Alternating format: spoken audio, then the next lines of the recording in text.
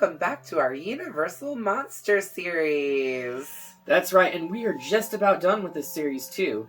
It's been a refreshing take to look back on the classic horror that has paved the way for what we consider modern horror nowadays. Absolutely. In today's Tale of the Macabre, we are going all the way back to 1941. 1941. Wow. Yeah. Let's just stop and put this into perspective for a second, shall we? 1941, there was World War II raging across Europe. Mm-hmm. We didn't get drawn into it until December of that year, but the fact that this film is set in Europe and this is like the same time frame that World War II is going on is just nuts to me. Yeah, it is pretty crazy. So with all of this being said, what film are we talking about? Well, of course, we are talking about the amazing Wolfman. Ow! Ow, ow! And I mean, well, let's just face it, with three of the greatest classic horror actors of the time playing in this, with the likes of Claude Raines, Bela Lugosi, and of course, the incomparable Lon Chenny Jr. playing Larry Talbot, the Wolfman himself, this is just a wonderful tale of caution and understanding. Absolutely. Now let us howl at the moon and see just what makes the Wolfman a timeless classic, shall we? I think we already howled at the moon, but yes, let's definitely take a look at this. We shall. But first, that's better. You know we gotta have it in black and white when we're talking about the monsters. We start the film with Larry Talbot, who is returning to his ancestral home in Llanelli, Wales, to bury his recently deceased brother and reconcile with his estranged father, Sir John Talbot.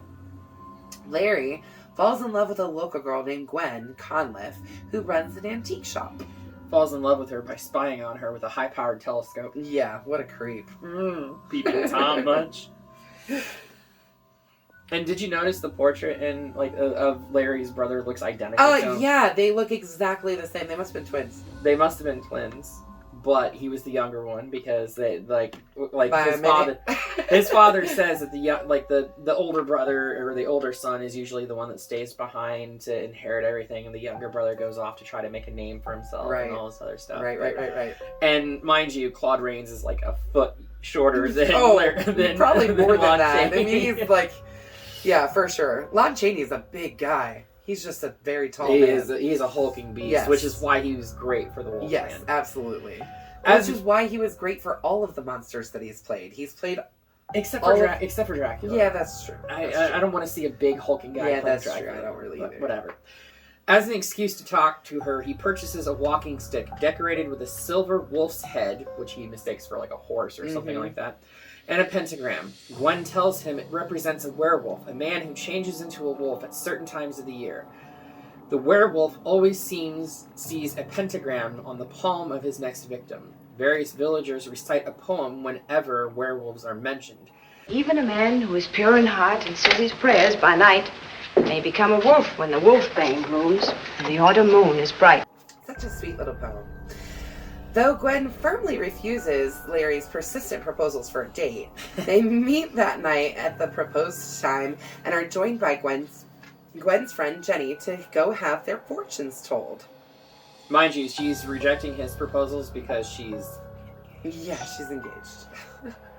The Romani fortune teller, Bela, sees a pentagram when he examines Jenny's palm and frantically sends her away.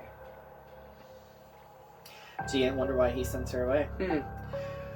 While waiting their turns, Larry and Gwen take a walk. Gwen informs Larry that she is engaged. See? There's a reason why she's spurning her love interest, dude. They hear Jenny scream. Larry attempts to rescue Jenny, who is being attacked by a wolf. He kills the wolf with his walking stick, but is bitten on the chest. Police investigating the scene find Jenny's throat torn out and Bela battered to death, with Larry's walking stick clearly the murder weapon in the latter case. Suspicion on Larry deepens when he cannot substantiate his story of fighting a wolf, since his chest wound miraculously healed overnight. Yeah, kind of weird. Right. The fact that Larry and Gwen were not with Jenny when she was attacked additionally raises suspicions of adultery. Mm-hmm. Though Gwen's fiancé, Frank, believes in their innocence, Larry and Gwen become local pariahs. Mm-hmm. Bella's mother, Maleva, reveals to Larry that the wolf which bit him was Bela in the form of a wolf. Bela became a wolf, and you killed him. A werewolf can be killed only with a silver bullet, or a silver knife, or a stick with a silver handle. And Bela is played by the incomparable Bela Lugosi. Which is probably where they got the name for You think? Whoever is bitten by a werewolf and lives becomes a werewolf himself. Silver is the only thing that can kill a werewolf. Maleva gives him a charm to prevent the transformation. It can break the evil spell. Uncertain whether to believe her, he instead gives the charm to Gwen for protection. I won't need this. I want you to have it. Oh, yeah. Dum-dum-dum. Like Maleva warned, Larry transforms into a humanoid wolf hybrid on the following night and kills a villager. Which, by the way, the transformation sequence in this is phenomenal for the time period. Oh my gosh. But I have a problem with it.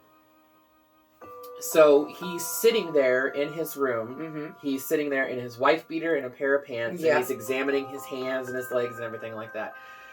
A wife beater and a pair of pants. Remember this. This is important, folks.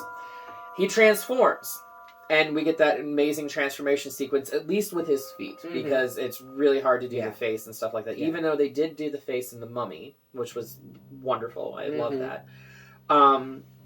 But in the very next scene, we see the Wolfman walking around in the woods, and he has a full button-up shirt on. Yeah. Tucked into the Yeah, pants. you're right. You're right. I can overlook a lot of things, but a huge continuity... He went and got dressed, Tally. Sorry. Continuity errors like that is very hard for me to overlook. Yes. I still appreciate the films, but that is just massive continuity error. Agreed. Anyway, he returns to normal the next morning with no memory of his rampage. Of course not. Why would they? That would be too fucking convenient. Mm-hmm. Authorities believe the killing to be the work of a wolf. They set traps and send out hunting parties.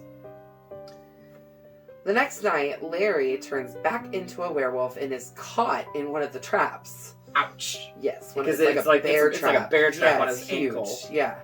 Maleva uses a spell to temporarily change him back to human form, allowing him to free himself before a hunting party finds him. Now, convinced he is a werewolf, a distraught. This running joke with us just keeps creeping up. Larry decides to leave town. When he says goodbye to Gwen, he sees a pentagram on her palm. He tells his father he is a werewolf and killed Bela and the villager, but his father thinks Larry is delusional. Ties him to a chair to prevent him from leaving. Was that the reason why he tied him to the chair? I thought his father he convinced his father to tie him to the chair so he didn't turn. So that he didn't turn. That's what I thought too. Yeah. But anyway, he's tied to the chair to prevent him from leaving/turning and prove to him he is not a werewolf. When the moon rises, Larry transforms again, breaks free of his restraints, and attacks Gwen. Go figure. Right. Not recognizing the werewolf as his son, Sir John bludgeons him over the head with Larry's silver-headed cane, which Larry gave to him. Maleva arrives and again uses the spell Sir John and Gwen. Maleva arrives and again uses the same spell to turn him back. Sir John and Gwen watch in horror as the dead werewolf transforms into Larry's human corpse. And that, my friends, is the end of the film. That is the end of the Wolfman. Very abrupt, very... But don't worry, it's not the end of the Wolfman. We're going to see the Wolfman a bunch more times throughout the Universal series. Maybe not ones that we're going to cover, but certainly he comes back. He comes back in a very convoluted, stupid way. Yes. And if you know what I'm talking about, then you know. Yes, yes. If you know, you know. Right, exactly. Other than, like, you know, the continuity error with the shirt and everything like that, the transformation sequences in this are beautifully done for the time frame. Absolutely. I mean, it's nothing compared to what American Werewolf in London. Well, no, because that was, well, one, it's approximately 50 years later. 40 years later. I was going to say sometime in the 80s. 80, 81, I think. Yeah, so, I mean, you're talking 40 years later, so a lot has changed. And I understand it. I get that. But for the time frame of 1941, this was beautifully done. Absolutely. The fact that they... I do take a problem with the fact that they modeled the look of the Wolfman after those people that suffer from, like, the hair all over their faces. Yeah. It's not... It's a real condition. It's a real condition that afflicts people, and it shouldn't have been portrayed in this light. Yeah. But other than that, I give this a Bloody Machete up. I think it's a great film. It's a great tale of caution, like all of these Universal movies are. They're great tales of caution, and it just deserves to be watched. Yeah, absolutely. It's a Bloody Machete up for me, too. You just can't beat these classic movies. No, you the can't. Stories are great. They have a little bit of a cautionary, like you said, a cautionary tale. There's always some kind of... There's always a lesson to be learned with these films. Absolutely. And I think that's one of the endearing qualities of this film series is the fact that it does have those lessons. You know? Absolutely. So yeah, a Bloody Machete up for me. You really can't beat these Universal monster movies. And with that, do we have another one after this, Hallie? One more in the Universal movie monster series. But let's go ahead and get this out of the way to make way for the next one, which will be coming in 1 week's time. The Creature from the Black Lagoon, or as some people call him, the Gill Man. Yeah, that he's been called that in other incarnations, specifically Monster Squad. They called him the Gill Man. They sure did. I know there was other things that have done, but I think the reason that they called him the Gill Man is to avoid the association because they would have gotten in trouble. I mean, they still called the monster Frankenstein, the mummy, Dracula, Wolfman, Wolfman Scott North. That's true. But whatever, it is what it is. But yes, Creature from the Black Lagoon will wrap up the series, and we cannot wait to deliver that to you guys in 1 week's time. Yep. So come back here then. Until then, be sure to stab that like button. Slash the subscribe button. And ring-a-ling that grave bell so you don't get buried alive. You can stay up to date on all of our videos when they hit the interwebs. The tubes of you. The tubes of you. Until then, we will see you all in the afterlife.